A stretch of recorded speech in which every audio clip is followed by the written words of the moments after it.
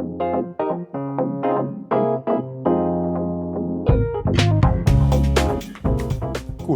wir haben die Vorarbeit geleistet, dass wir den Sender konfiguriert haben, dass wir einen Dreistufenschalter einfach 1:1 auf den Ausgang der E8-Steuerung legen. Wir haben das Modul angesteckt. Wir starten jetzt den UNILIT Desk.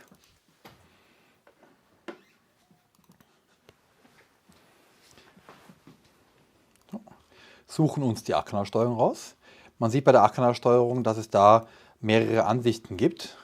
Schnellstart ist zum Beispiel eine Ansicht, wo man nur die Basisfunktion vom Licht bekommt. Bei der Lichtansicht bekommt man alle Funktionen des Lichtes. Bei den Servos kann man nur die Servos konfigurieren. Servos ist gemeint die beiden Ausgänge von der Steuerung, die die beiden Klappscheinwerfer bedienen können. Und bei Profi-Einstellungen sind alle Einstellungen sichtbar. Ich tue jetzt wieder mit den Profi-Einstellungen, damit ich eben zeigen kann, was alles möglich ist. Verbinde wieder über das Programmierkabel und muss auch einschalten. Jetzt sieht man zum Beispiel, wenn keine Kommunikation möglich ist zum Modul, dann sind die ganzen Schriften grau, fast alle grau. Muss ich einschalten.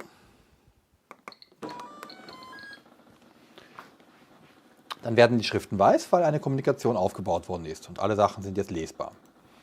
So, beginnen wir mal ganz vorne. Wir haben jetzt einen Dreistufenschalter, das heißt, wir wollen 3 Lichtschemas konfigurieren. Eines ist aber immer 0. In dem Fall, Voreinstellung passt mit 3 so. Hier ist diese Grafik, da kann man sich das nochmal anschauen. Servoweg ist minus 100% bis plus 100%, 0 in der Mitte. Der Bereich alles aus ist immer konstant und je nachdem, welchen Wert ich hier oben einstelle, wird der Servoweg aufgeteilt auf mehrere verfügbare Lichtschemas. Das heißt, möchte ich 4 Schemas haben, muss ich meinen Sender so konfigurieren, dass ich mit dem Servoweg, mit der Servoposition immer in verschiedene Bereiche reinfahre, um diese Muster 2, 3 und 4 aufrufen zu können. Bleiben wir mal bei 3, das ist die Standardeinstellung für die erste Konfiguration.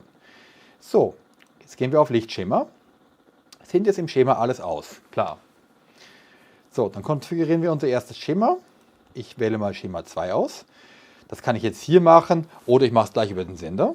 Ja, man kriegt hier angezeigt, welches Lichtschema aktuell ausgeführt wird. Das kann von der Software kommen, hier, oder das kann vom Sender kommen, je nachdem, was sich zuletzt geändert hat.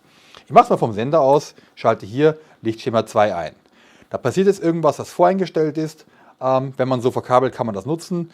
Wir machen jetzt hier mal, löschen das mal, leeren das Schema, alle die Lichter sind aus. Mein Verkabelungsplan sagt, dass ich auf Kanal 1 und 2 die Scheinwerfer habe, die bleiben aber aus zurzeit. Ich möchte jetzt die Positionslichter anhaben und die ganzen Blitzlichter, also das Fluglicht. Heißt, Kanal 3 ist mein Positionslicht. Klicke ich aufs K und sage ein.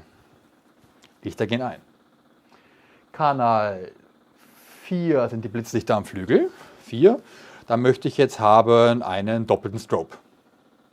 Ja. Kanal 5 ist mein Beacon am Rumpf. Da möchte ich ein einfaches Beacon haben. Ich kann das rüberschieben vielleicht noch ein bisschen. Ich kann es auch vielleicht noch ein bisschen länger machen, weil mir das gefällt. Ich kann ihm auch hier eine Rampe dazugeben, eine größere. Sieht man im Video auch, dass es jetzt rammt. Ja, das kann ich alles hier machen. Ich kann auch sagen, dass es nur jeden zweiten Zyklus kommen soll. Ja, man sieht das jetzt auch. Jetzt kommt es immer nur jeden zweiten Umlauf. Ich kann auch sagen, dass es nur jeden dritten Zyklus kommen soll. Ja. Man sieht, die Blitzlichter kommen jetzt jeden Zyklus und das Beacon kommt nur jeden dritten Zyklus. Auf Kanal 6 und Kanal 7 habe ich die beiden Strobes auf den Seiten liegen. Das ist natürlich eine Spielereifunktion. Da mache ich jetzt mal so ein abwechselnd blinkendes Licht. Hier und so und so. Ja, die flackern so hin und her. Wir könnten noch ein drittes machen. Warum nicht? Ja, ist ein Sportjet, da kann man auch ein bisschen spielen mit dem Licht. Ja, das blinkt natürlich jetzt relativ häufig, dass die Seitenmotorlichter und die Lichter am Flügel kommen. Das heißt, ich mache die Strobes in der Fläche nur jeden zweiten Zyklus. Blinken die am Seitenmotor oben drauf immer, an der Fläche seltener und am Rumpf noch seltener.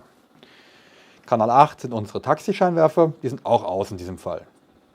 So, ich kann hier unten noch die Umlaufgeschwindigkeit verändern. Prinzipiell gefällt es mir so. Ich könnte es jetzt hier langsamer machen. ja, ich glaube, die 40 waren schon ein vernünftiger Wert. Es kommt oft ein bisschen auf die Modellgröße an. Große Modelle haben eher langsame Zyklen, kleine Modelle haben eher schnelle Zyklen. Das ist vom Gefühl her ein bisschen passender dann. Wenn ich glaube, das passt, drücke ich hier auf Speichern und das Muster wird gespeichert. Ich kann zweimal drauf drücken, egal. Weiter unten sieht man jetzt den Überblick über alle Übergänge, über die ganzen weichen Übergänge. Wir haben jetzt nur beim Beacon auf Kanal 5 einen weichen Übergang eingeschaltet. Das macht auch Sinn. Man kann den hier jetzt natürlich noch weicher stellen und auch wieder härter stellen. Das kann man hier frei mit diesem Slider frei einstellen. Man kann auch bei Scheinwerfern einschalten, dass sie langsam kommen sollen. Ja, in diesem Lichtschema haben wir keine Scheinwerfer, ist es uns noch egal. Ich kann auch hier ändern und löschen. Hier kann ich die Pausen einschalten. Das heißt, auf Kanal 4 das Blitzlicht läuft jetzt nur jeden zweiten Zyklus. Das Beacon auf Kanal 3 läuft jeden dritten Zyklus. Das heißt, dass es sich nur jeden sechsten Zyklus sich trifft gleichzeitig. Ja, da kann man natürlich jetzt enorm, das ist eine Neuheit der E8-Steuerung, man kann mit diesem Leerlaufpausenmuster total asynchrone Verhältnisse zueinander erzeugen. Weil man kann ja die Umlaufgeschwindigkeit erhöhen, die Lichtmuster verlängern und dann die Pausengröße einfügen. Damit kann man komplett asynchrone Felder erzeugen. Das ist zum Beispiel auch für Maschinengewehrsimulationen interessant, dass man damit komplett lange Fenster generieren kann. So, unten gibt es den Punkt erweiterte Programmierung, zu dem kommen wir jetzt. Und zwar, unser Lichtschema ist jetzt eigentlich programmiert. Wir können nochmal auf Speichern gehen.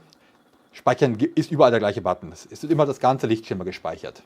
So, und wenn ich jetzt hochfahre, ich bin jetzt in Schema 2, ich schalte am Sender um, auf Schema 1 war das aus, 2 das an, auf 3 läuft jetzt noch irgendwas vorprogrammiertes.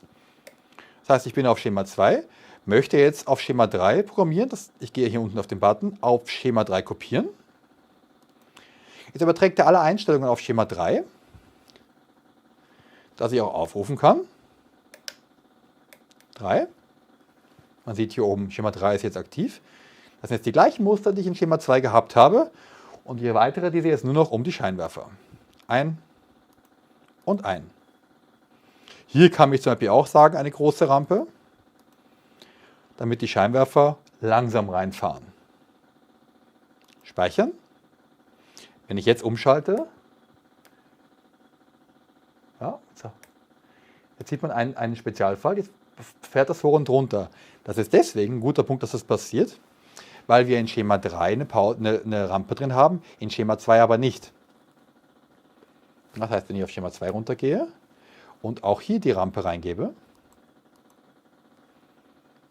und speichere, man muss sich immer vorstellen, es werden die Werte genommen, die relevant sind, wenn ich in das Schema wechsle.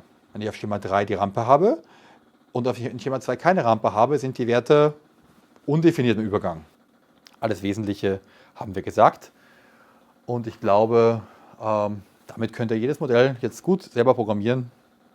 Für Fragen sind wir natürlich immer erreichbar unter info@unileit.at. Viel Freude damit!